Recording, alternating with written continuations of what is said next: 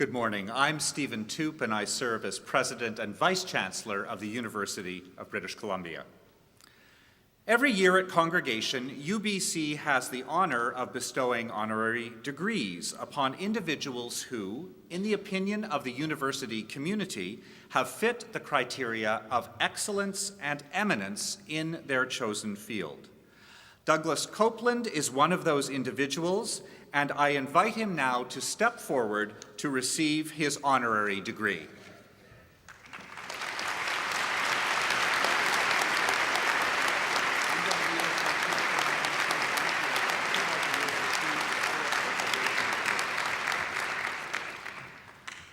From Gen X to Gen A, Douglas Coupland deftly captures our life and times. Mr. Coupland is celebrated in Canada and internationally for his ability to both distill and decode the world we live in. He's published 18 major literary works, including 11 fiction and 7 nonfiction works. Many of you will recognize titles that include, of course, Generation X, along with Microsurfs, J-Pod, Hey Nostradamus, Eleanor Rigby, City of Glass, and Terry. Perhaps Mr. Coupland's role as public intellectual is best described by fellow Canadian writer John Ralston Saul. Mr. Saul notes that Mr. Coupland is, and I quote, very much the natural inheritor of the Harold Innis, Marshall McLuhan tradition in Canada, end quote. How fitting then that Mr. Coupland's latest work is a biography entitled Marshall McLuhan, published this spring as the latest installment in Penguin's Extraordinary Canadians series. Best known as a novelist, Mr. Coupland is also an accomplished graphic designer, journalist, visual artist, playwright, and filmmaker. Since 2000, he's created or contributed to more than 20 major visual arts projects, installations, and exhibitions. Some of that history is now available at the UBC Library, thanks to Mr. Coupland's generous gift of his archival records. Dating to 1980, these records include manuscripts, fan mail, photos, visual art, correspondence, press clippings, audiovisual material, and much more. Madam Chancellor, for his prolific and prodigious contributions as a writer and artist, and for his uncanny ability to inject new memes into our cultural bloodstream, I ask you to confer the degree of Doctor of Letters honoris causa upon Douglas Coupland.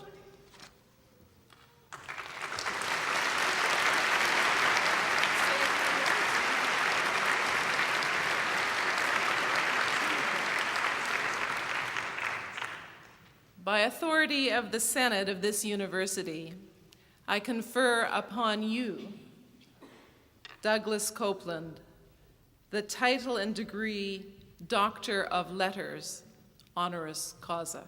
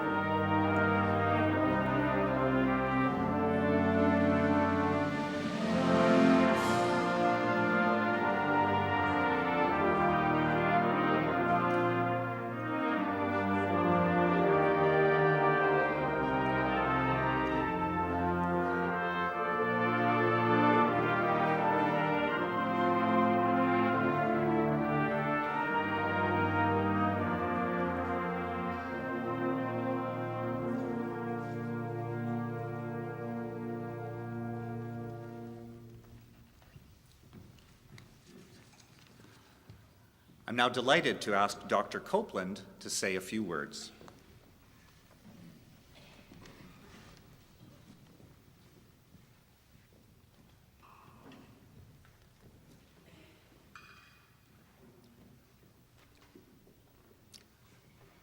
President Toop, Chancellor Sylvester, what an honor this is.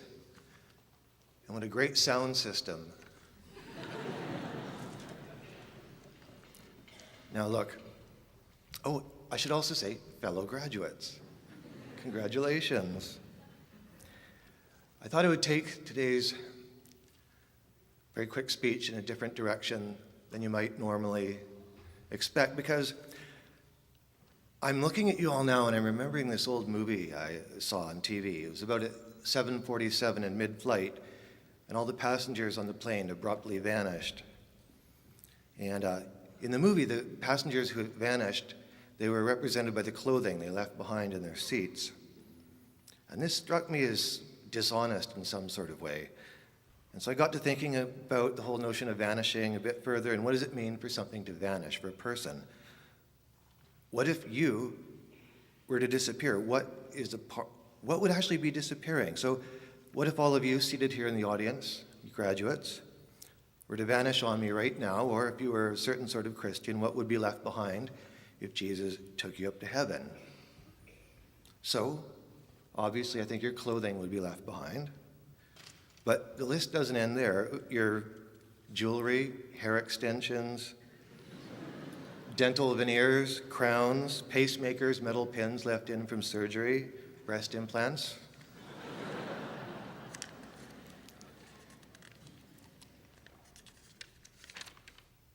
And I thought this a bit further through, and I thought, well, there would be all that undigested food in your system that would be left behind too. And of course, your hair would be left behind, because if TV police shows have taught me nothing, they've taught me that hair contains no DNA, just the follicle.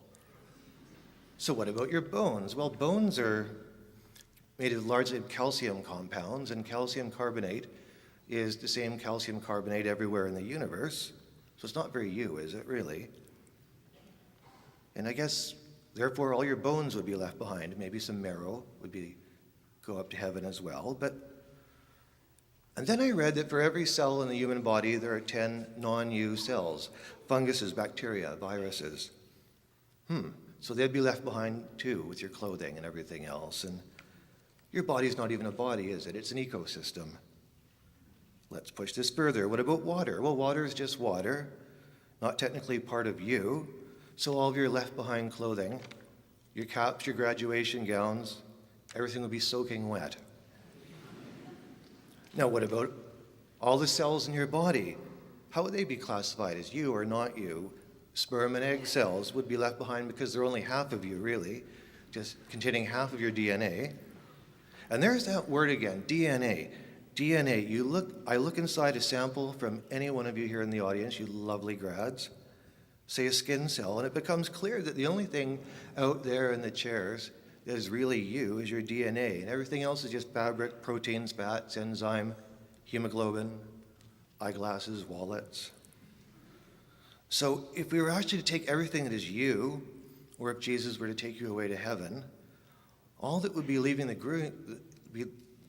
going really would be 7 or 8 grams of DNA molecules, sort of a gossamer skin floating upwards like a pantyhose. So graduating class of 2010, that's what you are. You're pantyhose.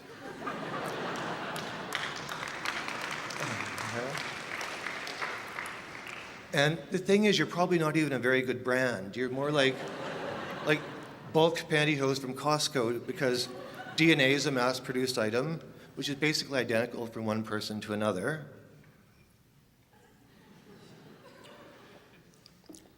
Actually, you know what? You're not even pantyhose, because 90% of your DNA is actually chimpanzee DNA. So you throw in the new HST, and what makes you, you, is about the size of the ash from one cigarette. Makes you think. Being you is hard work, and that is going to be part of your new job, leaving the UBC grounds today, the job of being you. Being you in an age when trying to distinguish yourself often can make you feel like a clone hidden within the pack. Certainly, you've all been bombarded your whole lives with the imprecation to be unique, follow nobody, be an individual, have a dream. Let's examine the notion of dreams for a second.